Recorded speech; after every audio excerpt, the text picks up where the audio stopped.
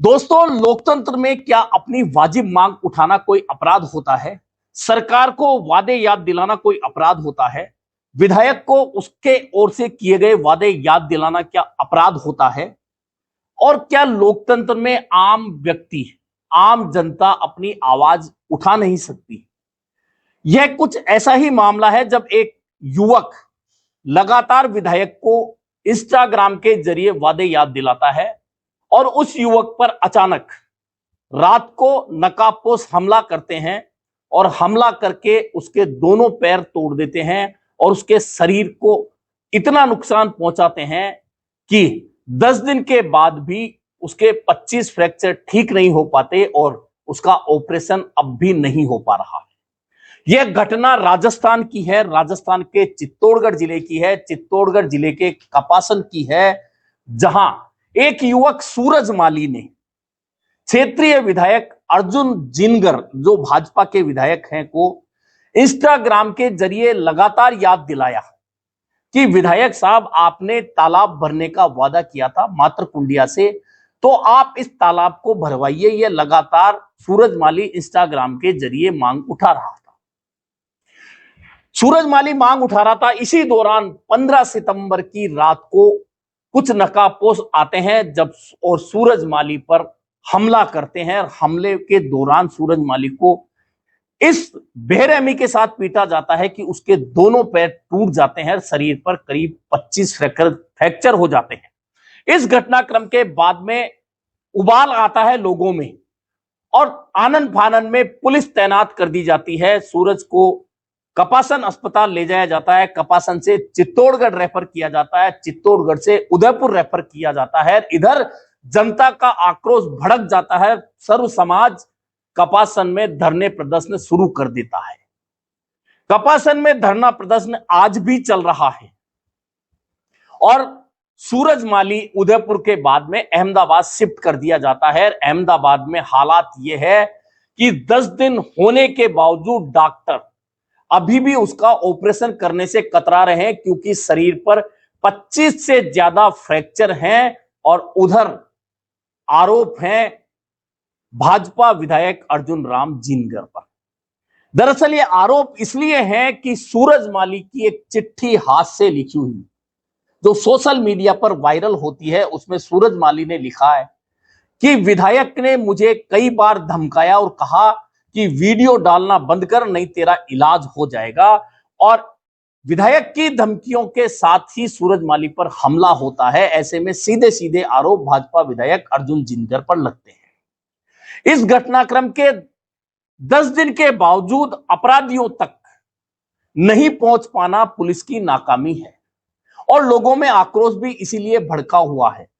हालांकि पुलिस का कहना है कि हमने कुछ लोगों को गिरफ्तार किया है, लेकिन धरना प्रदर्शन कर रहे सर्व समाज का कहना है कि वे डमी लोग हैं जिन्हें गिरफ्तार किया गया है। असली मुजरिमों तक पुलिस अभी तक नहीं पहुंच पा रही है और इस मामले की निष्पक्ष जांच भी सरकार नहीं करवा पा रही है। उधर जिन विधायक अर्जुन राम जिनगर पर आरोप है, उनका कहना है, उन्होंने अपनी सफाई सोशल मीडिया के जरिए पेश करते हुए आरोप लगा दिया कि इस पूरे धरने प्रदर्शन को कांग्रेस ने हाईजैक कर लिया है। अब सर्व समाज का धरना प्रदर्शन जारी है और भाजपा कांग्रेस ने कमेटियां बना दी, लेकिन भाजपा की कमेटी से लोगों ने बात करना उचित नहीं समझा, कह दिया कि जब तक प्रशासनिक अमला आकर बात नहीं करेगा और हमारी मांगे नहीं मानेगा, तब तक हम ये ना धरना प्रदर्शन समाप्त करने वाले हैं, ना कोई बातचीत किसी और से करने वाले हैं। उधर सूरज माली की मां का आरोप है कि मेरे बेटे के साथ में जिस बहरे में से पिटाई हुई है, अब वह कुछ भी करने लायक नहीं बचेगा, क्योंकि 25 फ्रैक्चर अगर किसी को जवानी में हो जाते हैं, 25 जगह से उसकी हड्डियां तोड़ दी जाती हैं, तो आप समझ सकते हैं कि वह युवक आगे चलकर किस स्थिति में रहेगा ठीक होने के बाद। हालांकि उसे ठीक होने में भी अभी कितना समय लगेगा।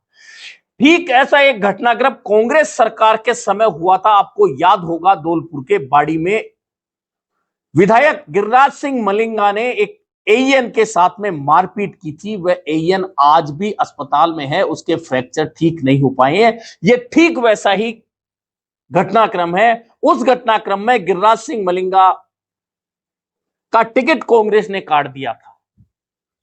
गिरिराज सिंह मलिंगा पर कार्रवाई कानूनी रूप से हुई थी, लेकिन इधर भाजपा की सरकार में भाजपा के विधायक पर आरोप है, लेकिन भाजपा विधायक के खिलाफ कार्रवाई तो दूर, अभी पूछताछ तक भी नहीं हुई है। लोगों का आक्रोश इसीलिए भड़का हुआ है। इस मामले में अब राजनीति इसलिए और तेज हो गई कि प्रदेश कांग्रेस ने कमेटी बना दी है, वह वहां पहुंच गई है, वह जांच करके रिपोर्ट प्रदेश अध्यक्ष गोविंद सिंह डोटासरा को देगी। उससे पहले पूर्व मुख्यमंत्री अशोक गहलोत कपासन गए थे और सरकार पर आरोप लगाया था कि अपराधियों के हौसले इतने बुलंद हो गए, भ्रष्टाचार के मामले में सरकार सिरमौर बन गई कि एक युवक जो वाजिब मांग उठा रहा था, जो विधायक को याद दिला रहा था कि आपने चुनावी वादा किया था वह पूरा कीजिए, तालाब को भरवाइए, उसके साथ इतनी बेरहमी से मारपीट होती है और आज वह युवक अस्पताल में अहमदाबाद में भर्ती है।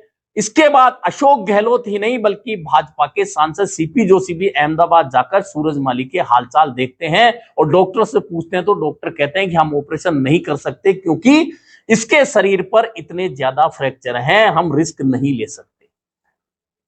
उधर जनता की मांग है कि परिजनों को 50 लाख मुआवजा मिले, इसके साथ ही मंडी के अंदर सूरजमाली के परिजनों को दुकान दी जाए और अपराधियों की गिरफ्तारी की जाए, तब तक हम यह धरना समाप्त नहीं करेंगे। लेकिन यह घटनाक्रम बताता है कि आज हम लोकतंत्र की दुहाई तो देते हैं, लेकिन लोकतंत्र की इस दुहाई के बीच में जब ऐसे घटनाक्रम आते हैं तो आम जनता की आवाज को दबाने के लिए किस तरह से सरकारें, प्रशासन और तंत्र किन चीजों का इस्तेमाल कर सकते हैं वह भी बहुत कुछ स्पष्ट हो जाता है।